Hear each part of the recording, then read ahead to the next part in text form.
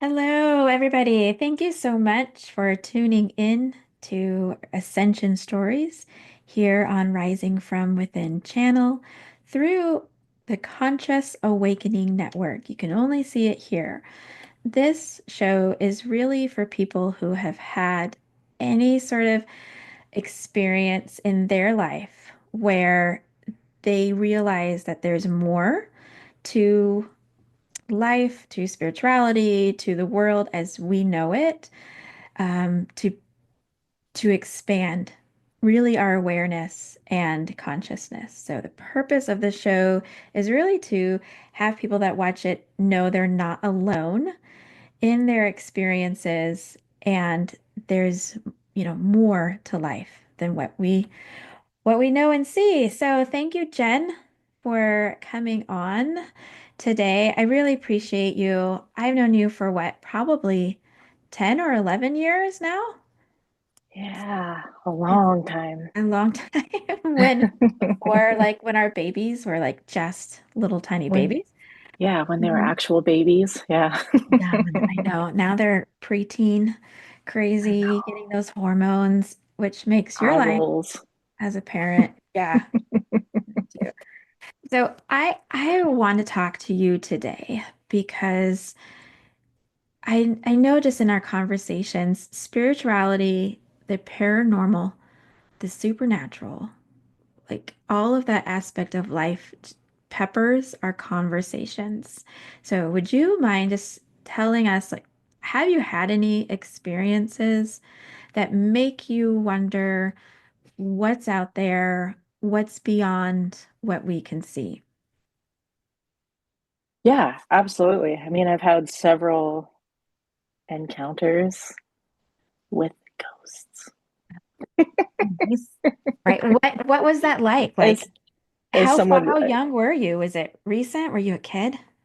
um, it's been, yeah, I mean, a kid, early adulthood, in my midlife, um, even now, like it happens not super frequently, but like living in the house now that my father-in-law was living in, when he passed, and his energy is definitely still here, so we still have moments of, catching him. Like one time, me and my husband were watching TV, and our bedroom door is like right back here. And like one day, we're both watching TV and it's nighttime.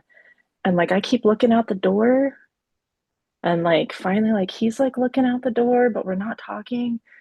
And then finally, I was like, "Are you seeing something?" And he was like, "Oh yeah, I'm seeing something." And I was like, it's Bob, right?" And he was like, "Yeah." I'm like, "Someone keeps like popping their head, like you could feel or like see like the energy of like someone looking into our room, like."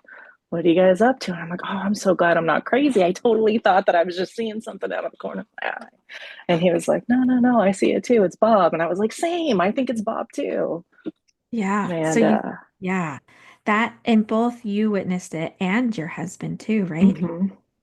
Yeah, he sees it too. And in our last house, and you and I have kind of talked about our last house, my last house, and there was a little girl who we assume it was a little girl. I mean, it felt like a little girl. And again, we were both kind of having like individual experiences. And then finally, like we started talking about it because like I had said something. He's like, "What are you seeing?" And I was like, "Well, what are you seeing?" And what it was is basically, and Oliver too, I told you about that, but um, he would hear like footsteps running by the bed and he would think that it was the girls, but it would be when the girls would be at their dad's house. I would see maybe like this high, like walking down the hallway, when we would be like going to bed. There was one time when I was crocheting or something, and I was sitting in bed, and it was the scariest thing, but like she we had a window and we had a half a curtain, and I'm just sitting there, doing my thing, and all of a sudden it was like a little kid had walked out from underneath the curtain because it like pulled all the way out and then went back and then was like swinging Is it like lost its energy? And I was like, what? And then the one time with Oliver, we were laying on the couch watching television and she had started falling asleep and I had got up to leave and she was like, what? And I'm like, what? And she was like, someone just whispered in my ear, I don't know where I am. And Hmm. so I was like, Let's pause, right? yeah. Yeah. And I know we've spoken so much about ghosts and energies and what, I see and feel and have felt, in your Mm-hmm. house and even to the passing of your dog and feeling like I wanted to lick your face when I tapped into the energy of Yeah. your animals passing. So, how has all of those experiences made you feel about like a spiritual life? Like, have they changed you? Was it just validation for you? I would say it's maybe a little bit of both. Um, it did change. Well, I don't know. I think about when I was a kid and I've always felt like this can't be it. Like this just cannot. Like, and if it is, but there's something in me that feels like this isn't it. And these experiences that I've had, it's kind of swung back and forth because depending on your audience, right? Like Mhm. you talk to someone who's also a believer and they validate you and make you feel heard and like you're not crazy. And then you tell other people the experience and they're like, it was nothing. Like it's literally your mind playing tricks on you or whatever. Um, but I don't want to believe them because that's just not A, it's not how it feels, and B, I don't, I don't want to believe that this is it, you know? Yeah. So Yeah. the doubters help you like feel more validated almost.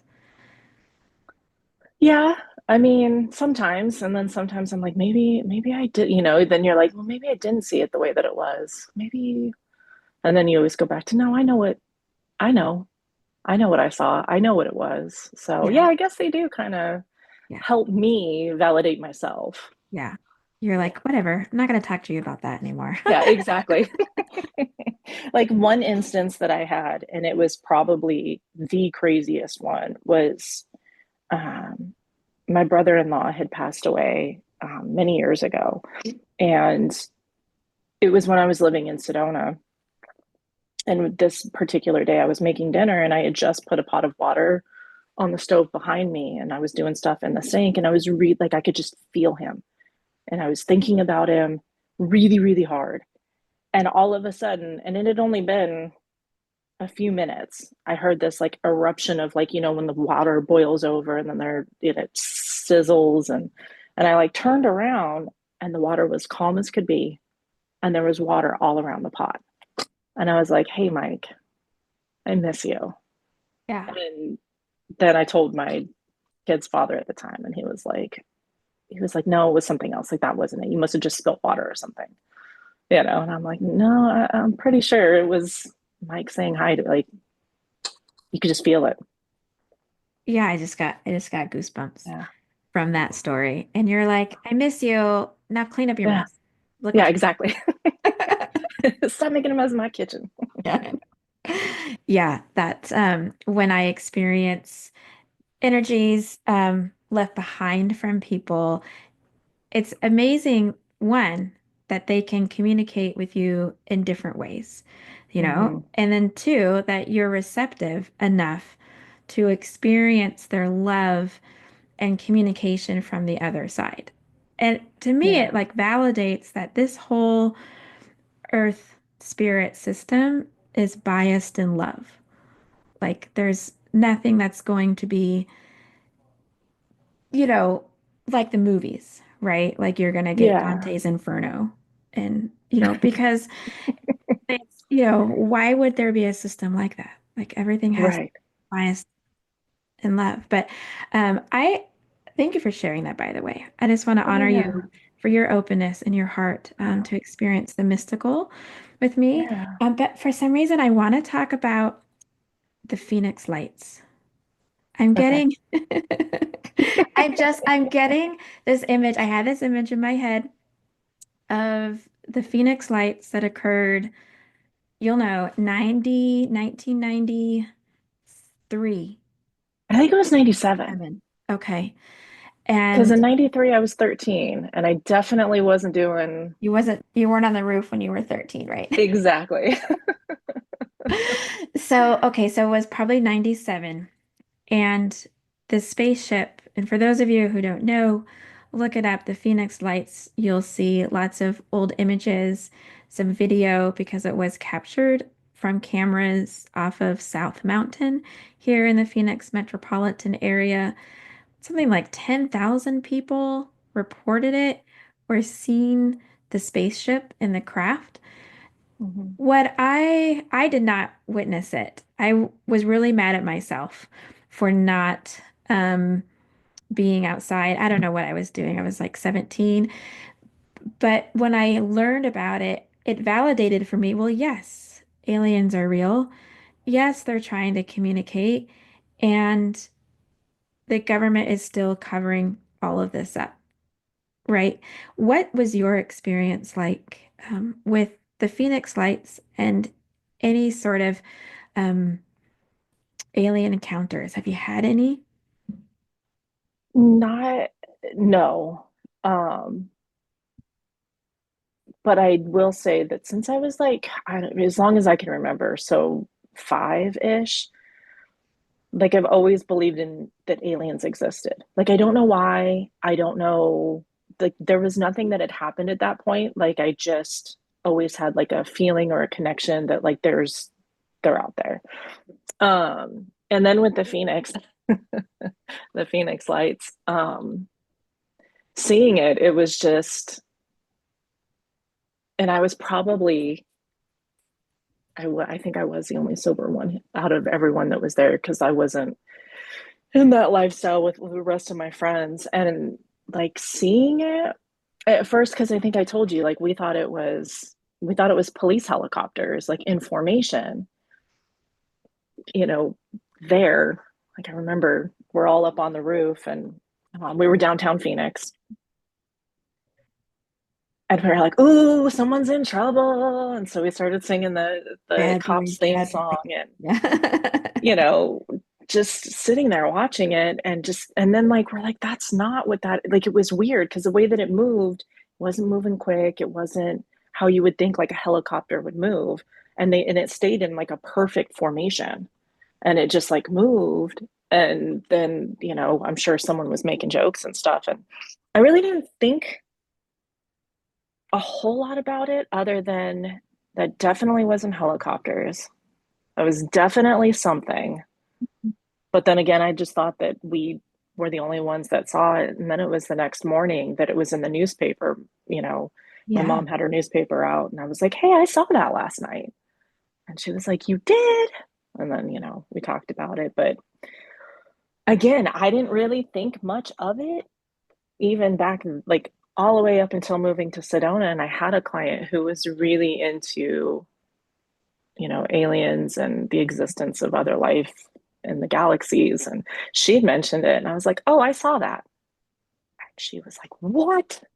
I have been wanting to meet someone who had seen it, and I wish I had more to give. But But it's an experience because even though quite a few did see it, it's mm, rare to meet someone, especially that's still living in Arizona, that did see it, right? And got to yeah, experience it. And I think, you're a very lucky person for that. I wish yeah, you would have seen it. But you lived in I agree. Sedona for quite Yes, some time. yes. And a lot of people, especially if you're watching the show, know Sedona as a mecca for spirituality, ascension. When I'm going to get this wrong, but the precession of the equinoxes around 1987 was an astrological event that is supposed to have allowed alien ships to come in and land.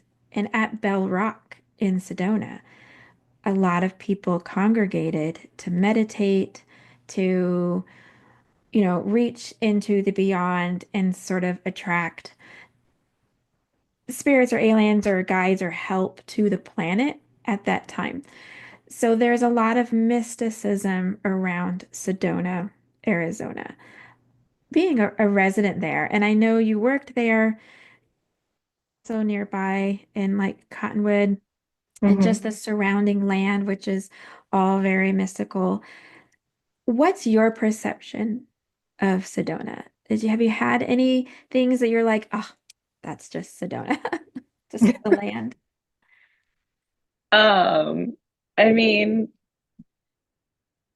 yeah, I mean, I can tell you this, like when I did live there, um, the energy is just different, and I feel like even though the years that I lived there were personally like the hardest years I think I've ever lived, um,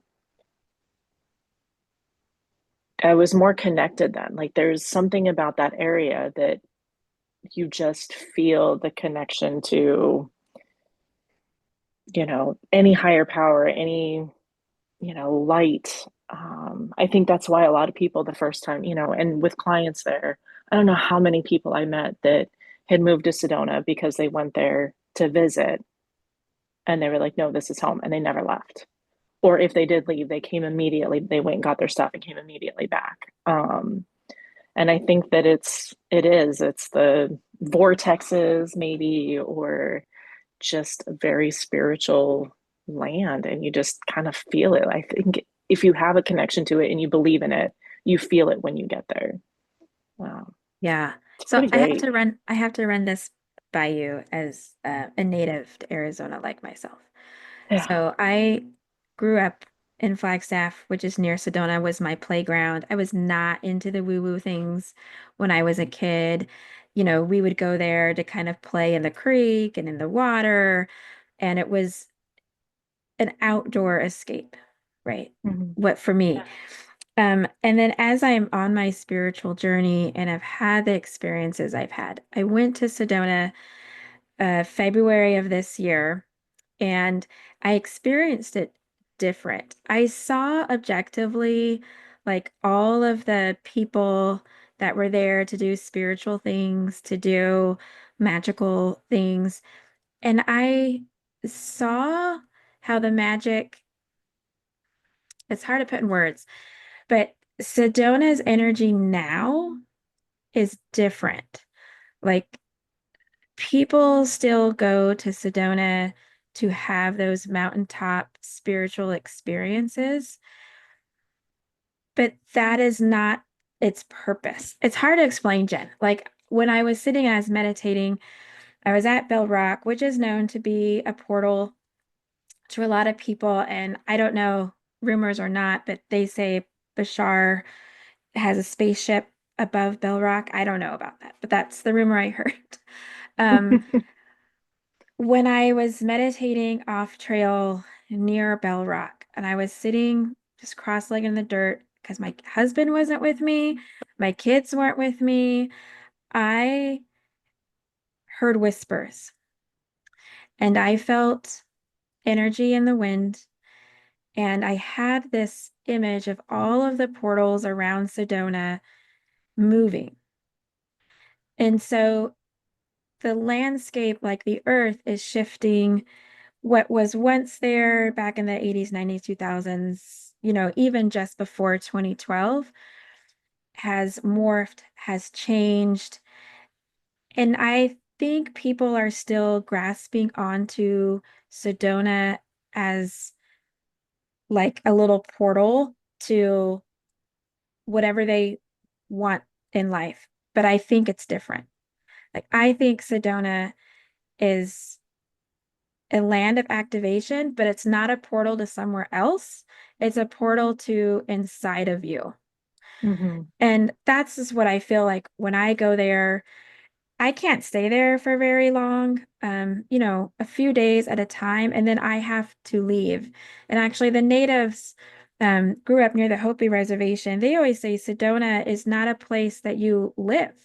Sedona and the surrounding land is a place that you visit, that you pilgrimage to, but it shouldn't be inhabited for long periods of time. It's, meant to be more of a pristine, crystalline earth space because it is rapidly changing. And so it's just interesting that a lot of people still go to Sedona. And I'm like, they got it a little wrong. Not wrong per se, but it's not what you think, right? Right. It's just not what you think. Yeah. So, I well, would say go that, ahead. yeah, I would agree with you on everything you just said. Like, and it definitely, I mean, I haven't really spent a lot of time there in the last, few years, but even the last time I was there, like it felt different. Like it feels different. It feels different, doesn't Still, it? yeah, it's still magical. It's still beautiful, but it feels different. Yeah, and I don't know if that's from like the massive amount of tourists are there, but like there's always been tourists, right? But when I was a kid, Yeah. it's changed, right? Yeah. There's It's so much more to I feel Sedona. like it changed even from, because I moved there in 2013, 2014. And even from like there until when I left in 2018, like it changed so much there. And then from 18 till the last time I was there, I think it was like in 22 or 23, like it changed so much from there. Like it's changing rapidly.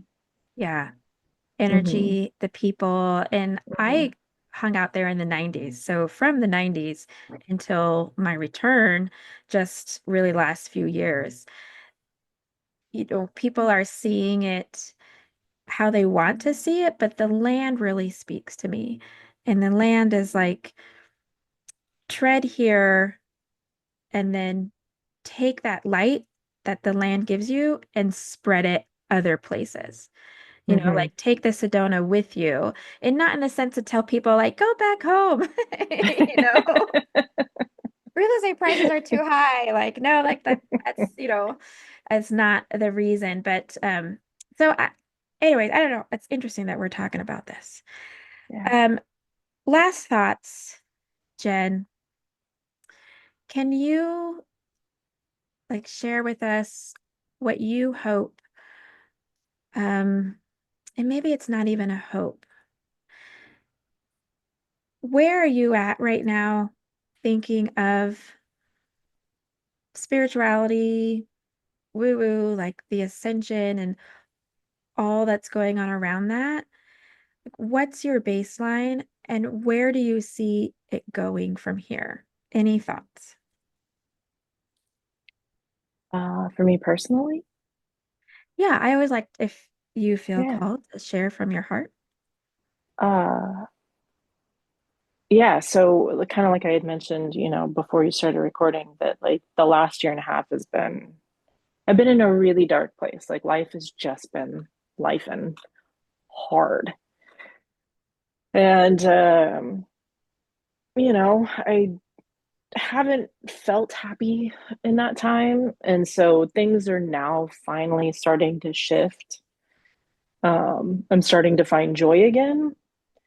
And I think with that, I'm like, oh, yeah, wait, I used to feel really spiritual. Like I used to meditate and like take care of myself spiritually and like listen to myself when I needed my quiet, when I needed, distance, when I wanted to be surrounded by. And, over the last year and a half, I kind of got away from that and just doing what is expected in life. And so my hope for myself in the, coming days is that I start to feel me again. I start to feel whole again and I start to connect again because I've definitely didn't realize I had lost it.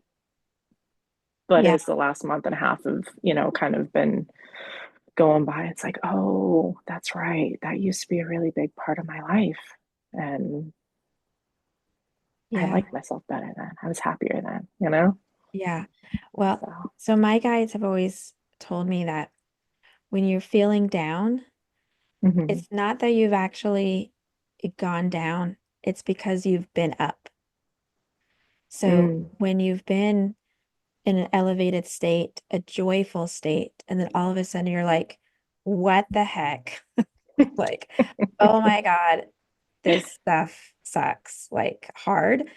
You Yeah. feel that negative emotion because you knew the joy, because you went up. And I've been there. I'm sure a lot of the people watching this have been there recently with everything that is going on in the world today, like in the outer sphere of like our governments, our politics, the war, the bickering, the environment, like all of that can shade like a curtain our true joy. And just the fact that you know you feel shaded is a sign that you do know joy. You are joy. Because if you weren't joy, you wouldn't know the difference of how you feel now and how you felt then. And I encourage like all of us through these next few years even, and I'm doing like an astrology report, but more of like the energy forecast. We're changing so much that we have to see the chaos broken down into its barest level.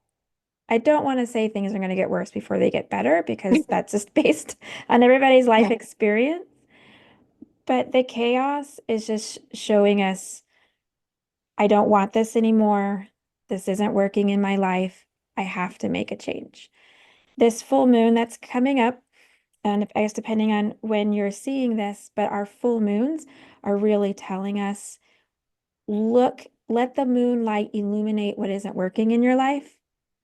And as the moonlight wanes back to a new moon, you can start removing, cleansing, releasing those things that the full moonlight showed that you don't want anymore. And it could also show on the opposite end the good things that you do want. You know, like I want more of these rainy days because I live in the desert and I like that. And I'm going to let more of my light shine on that.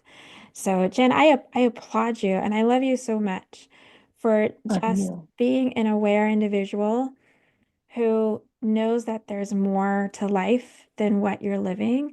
And it's gonna be okay. And I know I'm here for you, and you've got a good support group too. And that's why I'm doing this show, because life can frickin' suck sometimes. And it's hard, but we see it hard because we knew the joy. Mm. And the Yeah. fact that you've known joy means that you can know it again. Right now, Jenn, be joyful. Commanding Okay, you. okay. That's my joyful dance. Yeah, trying. We're getting there. And yeah, turning off the noise from the outside because that can definitely bring a lot of not joyful things, right? So, Yeah. Shut the noise off. Turn off your news. I can't watch the news. If I want information, I read it in a paper mhm, without all the drama but TV show. yeah, Yeah. yeah. So, but thank you, Jenn, so much. I Thank you for appreciate you. having me. I love I you. Yes. I love you. Anytime you want to come and talk the woo-woo stuff, I'm here. On the phone or on the show, doesn't matter. So, All right, sounds okay. good. Same, Thank you same. for watching.